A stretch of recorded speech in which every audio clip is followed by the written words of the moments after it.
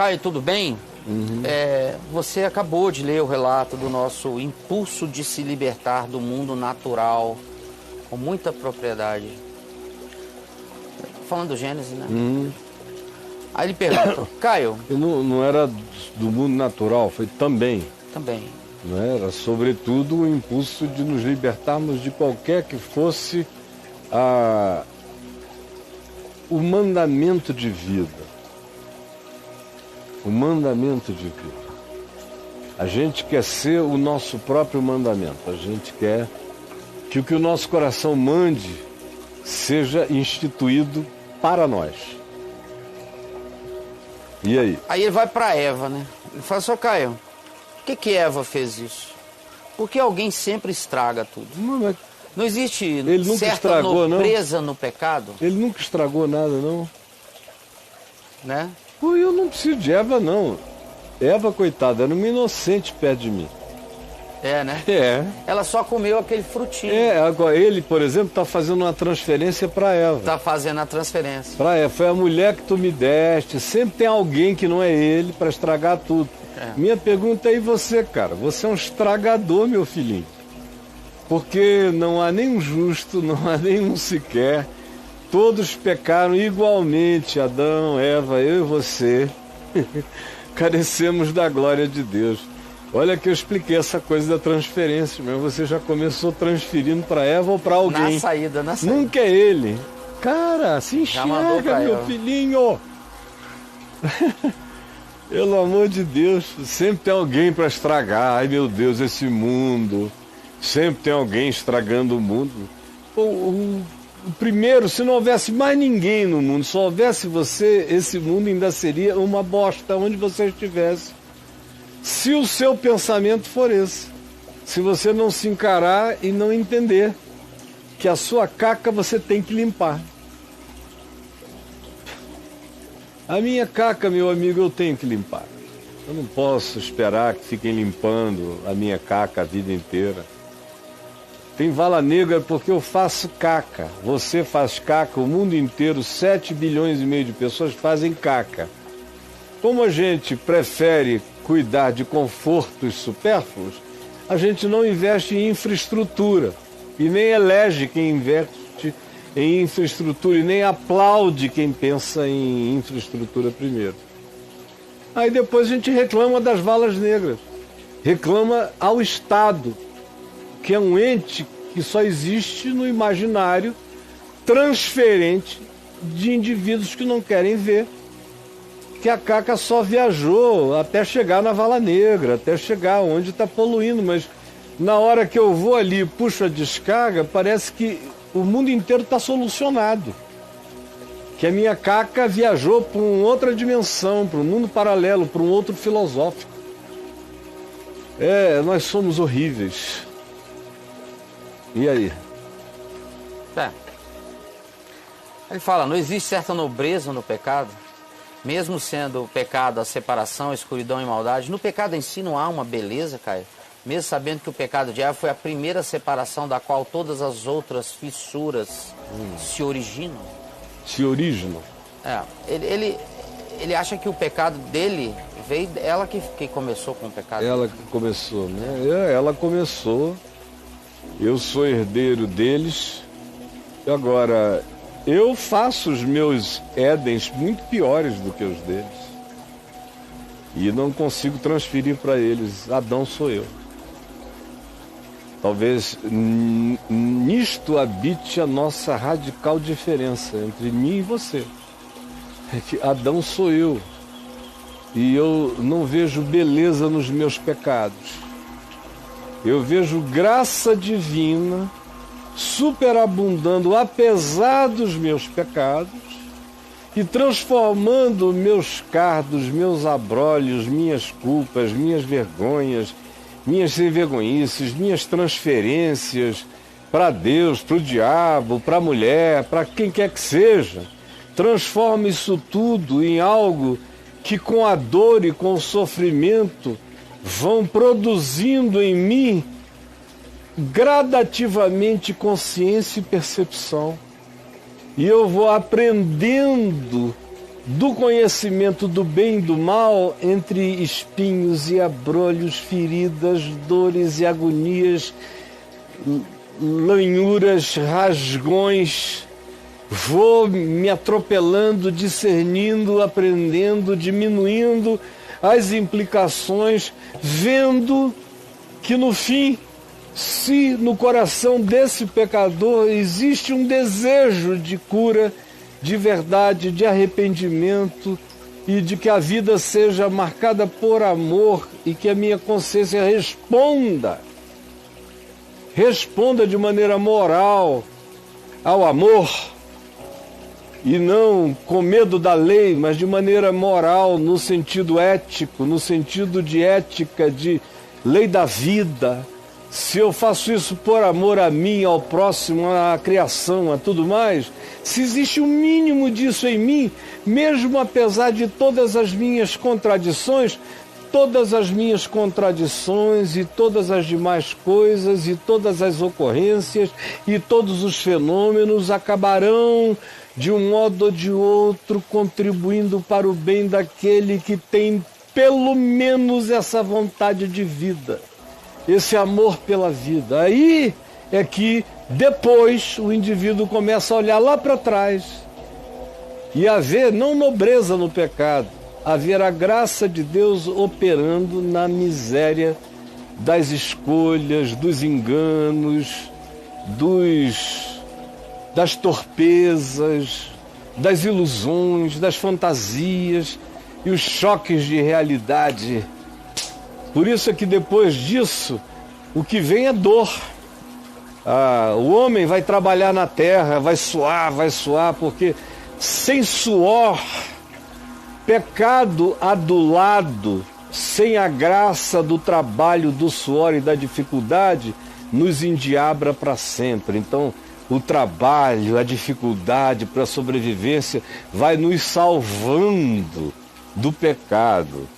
Dar à luz entre dores, pensar que o melhor do amor e do instinto humano vai ter que ser parido, que a luz e a dor vão habitar no mesmo ato. Os espinhos que nascem, os abrolhos que crescem, as dificuldades que se nos apresentam onde a gente se encosta nesse mundo, são todos lá no Gênesis simbolização de salvação. São os desconfortos que hoje nos salvam. Leia, meu filho, o que o sofrimento ensina. Do contrário, se você vê nobreza no pecado, você vai ser sempre um ser encantado com a sua pecaminosidade. Você vira um Lúciferzinho de você mesmo, achando que no fim de tudo o seu pecado e o meu pecado estão carregados de toda a beleza que você consegue ver nos humanos. Eu vejo beleza nos humanos quando eu vejo a graça de Deus em operação nos seres humanos, porque quando eu olho para o mundo, eu vejo a desgraça de tudo aquilo que podia ser maravilhoso, num planeta que teria que ser chamado de planeta Éden, de tão maravilhoso que ele é, e no qual a gente passa todos os dias com medo de que haja uma desgraça final. Quanto mais a tecnologia cresce, mais potencial a gente tem, não de pegar o fruto, mas de apertar o botão. E você vê nobreza nisso? Eu vejo a graça de Deus nos salvando todo dia, da nossa falta de nobreza, da nossa falta de consciência, da nossa falta de arrependimento. Agora, enquanto eu enobreço o pecado, eu não me curo na graça de Deus para aquilo que o transcende, em relação ao que eu posso ser liberto. A grande graça de Deus não atribui nobreza ao ser humano, ela justifica o ser humano, apesar da falta dessa nobreza essencial, que é nobreza de transferência, de botar a culpa no outro, de não se enxergar, ou de achar que o que aconteceu com a gente não produziu nada a não ser um drama belo. Parece um texto de Dostoiévski, mas você certamente não está a serviço da condição humana na miséria horrorosa que a nossa natureza vai produzindo em tudo que faz. E não são outros, somos nós. Na escolha que eu faço, nas decisões que eu tomo, nas eleições, em tudo que eu faço. Eu não tenho como fugir daquilo que Isaías diz no capítulo 6, que no ano da morte do rei Uzias, ele viu o Senhor assentado num alto e sublime trono no templo quando ele entrou. E ele teve aquela visão extraordinária que é quase idêntica à de Apocalipse no capítulo 4, são os mesmos elementos extraordinários do trono, os querubins, das luzes, as declarações de santo, santo, santo é o Senhor. E o Isaías diz que quando ele viu aquilo, ele desfaleceu, dizendo: ai de mim, ai de mim, ai de mim, porque eu sou pecador. E eu habito no meio de um povo pecador, um povo de lábios impuros. E eu mesmo sou um homem de impuros lábios. Conheço o meu pecado e os meus olhos viram o santo. Ai de mim, ai de mim. Eu só conheço saúde humana no ser humano que, em olhando para aquilo que nos foi proposto, e vendo o que nós não aceitamos e nem enxergamos, e continuamos a achar que tem nobreza no Pantanal das nossas mentiras, e sem a capacidade de dizer: ai de mim, ai de mim, ai de mim, porque eu sou parte da miséria. Que foi o que Isaías disse. Ele não disse: ai de mim por causa do meu povo, é ai de mim por causa de mim. Eu é que estou vendo o santo, mas eu sei quem eu sou. Quando eu enxergo quem Deus é, eu me enxergo. E quem até hoje não se enxergou é porque não enxergou quem Deus é e não enxergou a profundidade do convite, não enxergou nem o significado de verdadeiramente ser humano. O que me habita não é o que de plenitude humana poderia haver em mim. O que me habita é a desfiguração humana, que o Evangelho todo dia trabalha para transformar em transfiguração em Cristo. E se você escrever alguma coisa aí no portal sobre... Se você escrever basicamente só Adão e Eva, para a gente não ir longe, né? Porque tem muitos outros textos que não vêm sob a titularidade aí de Adão e Eva. Mas em Adão e Eva você vai encontrar um bocado de coisas. Se você escrever Romanos 7, dá para escrever aí? E você vai ver a explicação teológica do que eu estou dizendo. Dá uma chegada aí, meu filho, tá? Agora, se o cara não se enxergar, não adianta. Para mim, uma das manifestações mais belas do cara que se enxerga pecador, na presença do santo, porque eu tenho que ser pecador em relação a alguém, não é? Em relação ao diabo, eu não sou um pecador necessariamente. A gente está jogando o mesmo time. Rola uma parceria. É uma parceria. Em relação aos outros humanos, é tudo a mesma bagaça. Eu sou pecador em relação a Deus, em relação ao santo, em relação a Ele, não é em relação a ti, não. E ti, meu Deus, eu estou nem um pouco preocupado. Mas é em relação àquele que me chamou para ser homem. Eu não me tornei homem até agora. Estou indo para lá. Todo dia, não cheguei lá. Tá na correria. Tô aqui, andando para ser lá. E você achando isso muito nobre.